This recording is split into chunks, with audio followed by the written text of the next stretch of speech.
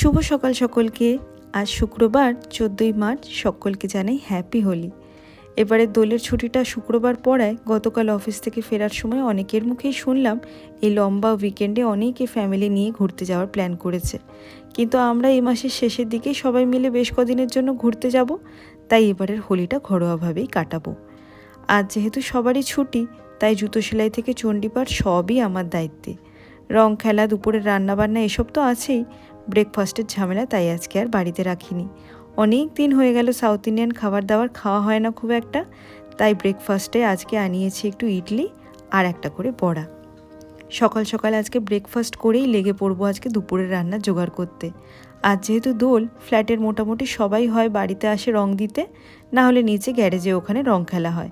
তাই ইচ্ছা আছে এদিকটা একটু গুছিয়ে নিয়ে সবাই মিলে আজকে নিচে নামবো একটু রং খেলতে। আজকে দুপুরে মেনুতে হবে ভাত, অরড় ডাল, পটলের রেজালা আর আলু দিয়ে মাটনের ঝোল। তাই সকাল সকাল ঘুম থেকে উঠে সৌরজিৎ বেরিয়ে পড়েছে বাজারে মাটন কিনতে। সেই ফাঁকে আমি সকালে জলখাবারটা সেরে ফেলছি, যাতে ও ফিরে এলে মাটন ধোয়া থেকে সবজি কাটাকুটি সবটা একটু গুছিয়ে নিতে পারি।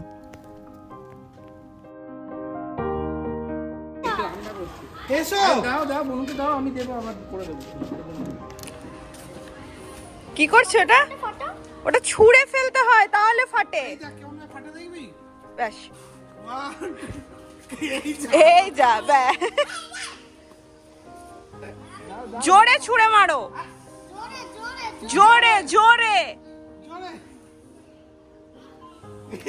এটা কি?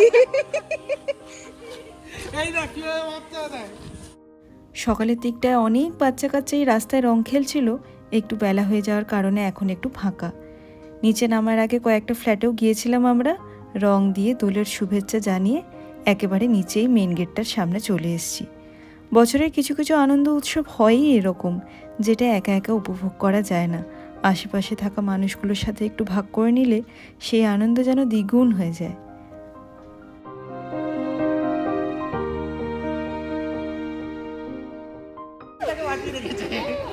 Happy Holi, happy Holi.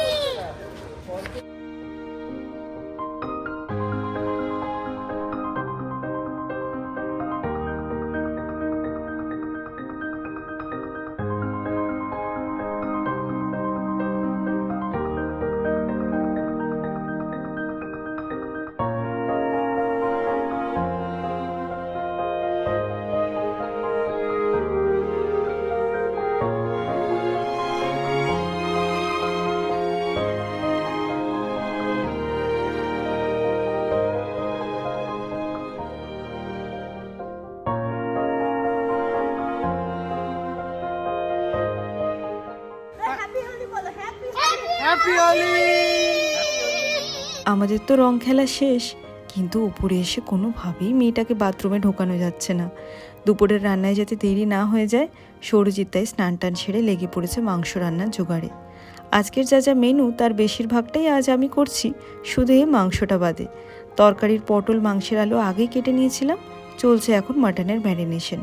পেঁয়াজ বাটা, আদা, কাঁচা লঙ্কা বাটা, একটু হলুদ গুঁড়ো, কাশ্মীরি লঙ্কা গুঁড়ো, লাল লঙ্কার গুঁড়ো, অল্প একটু জিরে গুঁড়ো, পরিমাণ মতো নুন, একটু বেশি করে টক দই আর সর্ষের তেল। অফিসের দিনগুলোয় তো এরকম সুযোগ আসে না, কিন্তু এরকম ছুটি ছাটার দিনে কখনো বরের হাতের তৈরি মাংস খাওয়ার সুযোগ পেলে কিন্তু মন্দ লাগে না। মেয়েকে স্নান করিয়ে খেলনা দিয়ে বসিয়ে চলে এসেছি রান্নাঘরে। আলু ভাজাটা হয়ে গেছে ওদিকে, মাংস কষানোর জন্য চলছে এখানে পেঁয়াজ ভাজা। আজকে মজাদার ব্যাপার হলো কর্তা গিন্নি দুজনে একসাথে রান্না করব। মাংস কষাতে সময় লাগবে, তাই বড় বার্নারটায় সৌরজিৎ মাটনটা কষাচ্ছে, আর ডান দিকে ছোটো বার্নারটায় আমি তরকারির জন্য পটল ভাজাটা শুরু করেছি। এখন তো ধীরে ধীরে গরমকাল আসছে, আর গরমকাল মানেই সেই পটল, ঢ্যাঁড়স, ঝিঙে, এঁচোড় এরকম হাতে গোনা কোটা সবজি। প্রায় দিনই আলু পটলের ওই ডালনা খেতে খেতে যখন মুখটা একদম মেরে যায়, তখন এই পটলের রেজালাটা বানাই।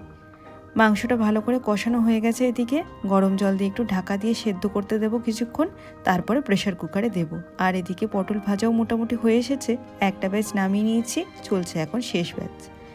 এই পটলের রেজালাটা খুব সহজ, খুব একটা বেশি উপকরণ লাগে না, তাড়াতাড়ি হয়েও যায়, আর খেতেও বেশ ভালো লাগে। ফোড়নে দিলাম একটু শুকনো লঙ্কার গোটা গরম মশলা, একটু নেড়ে চেড়ে নিয়ে দেবো এবার একটু বেটে রাখা মশলাটা। বেশ কিছু কাজু, কিশমিশ, অল্প চাল মগজ আর পোস্ত জলে কিছুক্ষণ ভিজিয়ে রেখে বেটে নিলে সুন্দর এই মশলাটা তৈরি হয়ে যায়। আর গুঁড়ো মশলার মধ্যে দেবো অল্প একটু কাশ্মীরি লঙ্কা গুঁড়ো। বিয়ের আগে তো পিজিতে থাকতাম, রান্নাবান্না করার প্রয়োজনই পড়তো না, কিন্তু বিয়ের পর যখন সল্টলেকে আসি তখন একটু একটু করে রান্নাবান্না করা শিখি। কিছু মায়ের কাছ থেকে, কিছু ইউটিউব থেকে, কিছু আবার নিজের মতো এক্সপেরিমেন্ট করে। এটাও তার মধ্যে একটাই। চলো, মোটামুটি হয়ে গেছে। এদিকে একটু সেদ্ধ হয়ে গেলে পরিমাণ মতো নুন, মিষ্টি, ঘি, গরম মশলা দিয়ে নামিয়ে নেব।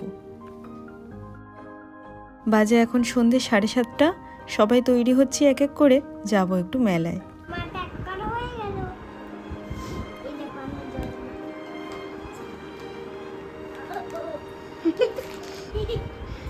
হ্যাঁ রে, মেলায় যাবো রে, মেলায়, তার জন্য প্যাকিং হচ্ছে রে। আচ্ছা, এটা এবার কাঁধে নিয়ে যাবো। হ্যাঁ, ভারী, দাও আমি নিয়ে নি, আমি নিয়ে নি। এবারে এই হাতটা এইদিকে দাও, হাত দাও, হাত দাও। হ্যাঁ, হয়েছে, গোছানো হয়ে গেছে তোমার।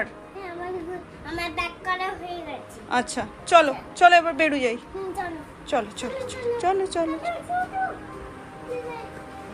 আজ তো শুক্রবার, কাল পরশু টানা ছুটি। ঘরে বসে থাকা মানেই সেই সিনেমা বা ওয়েব সিরিজ, না হলে খবর। মেয়েটাও ঘরে থাকলে শুধু সেই খেলনা নিয়ে খেলা, না হলে একটু বই খাতা ধরে টানাটানি, না হলে মোবাইলে কার্টুন দেখা। তাই ভাবলাম 3টে দিন একভাবে না কাটিয়ে সবাই মিলে আজ সন্ধ্যাবেলাটা একটু বেরোই। বেশ কিছুদিন ধরেই অফিস যাওয়া আসার পথে দেখছিলাম নিউ টাউনের যে মাঠটায় কিছুদিন আগে হস্তশিল্প মেলা হয়েছিল, সেখানে চলছে নিউ টাউন উৎসব। ছোট বড় সবার জন্য নানান ধরনের রাইডসও রয়েছে সেখানে। প্রত্যেকবার যখন দুর্গাপুজোর সময় ঠাকুর দেখতে বেরোই, তখন কোনো কোনো পুজো প্যান্ডেলে মেলা বসলে সেখানে গিয়ে মেয়েকে নিয়ে গিয়ে রাইডসে চড়ানো হয়। তাই ভাবলাম এই মেলাটায় ওকে নিয়ে গেলে চারিদিকে এত রাইডস দেখে খুব আনন্দ পাবে।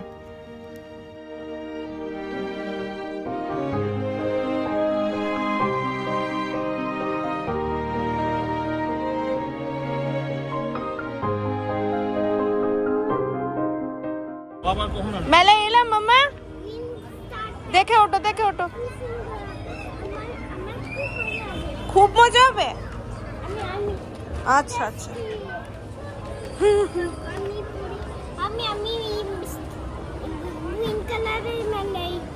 হ্যাঁ হ্যাঁ যাবো যাবো। ওই স্টারে উঠতে পারবে বলো? তুমি তো বেবি, ওটাই উঠতে পারবে না। চলো, আচ্ছা আচ্ছা, দেখছি তোমার কি আছে, দেখবো, চলো। চলে এসেছি ভেতরে। আজ যদিও মেলায় বিশেষ কিছু একটা কেনার নেই, কিন্তু প্রত্যেকটা দোকানে এত সুন্দর জিনিসপত্রগুলো সাজানো, খালি মনে হচ্ছে দোকানগুলোর সামনে একবার করে গিয়ে জিনিসপত্রগুলো একটু ভালো করে দেখি। কিন্তু বাকিরা এত তাড়াহুড়ো করে পা চালিয়ে হাঁটছে যে একটা দোকানের দিকে তাকাতে তাকাতেই কোথায় সব এগিয়ে চলে যাচ্ছে। এদিক ওদিকে একটু ঘুরতে ঘুরতে চোখ গেল এই দোকানটার দিকে। মেয়েদের সাজগোজার জিনিসপত্র তো আছেই, কিন্তু এত সুন্দর রং বেরঙের বাচ্চাদের সাজগোজার জিনিসগুলো রয়েছে, দেখে মনে হচ্ছে সব কিনে ফেলি।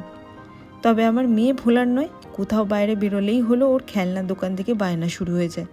দাদু আর বাবার কাছে বায়না করে এই বিল্ডিং ব্লকটা কিনে ফেললো তো ঠিকই, বাড়িতে 2-4 দিন যাওয়ার পরেই দেখবো একটা খাটের তলায়, একটা পাশের রুমে, একটা রান্নাঘরে সব এদিক ওদিক পড়ে রয়েছে।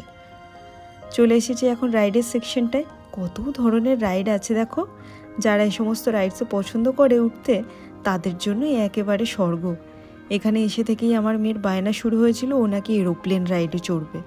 দূর থেকে দেখে আমাদের দুজনেরই একটু ভয় ভয় লাগছিল, এরকম রাইডে মেয়ে আগে তো কখনো ওঠেনি, কিন্তু যে বায়না করেছে তার চোখে মুখে ভয়ের লেশ মাত্র নেই।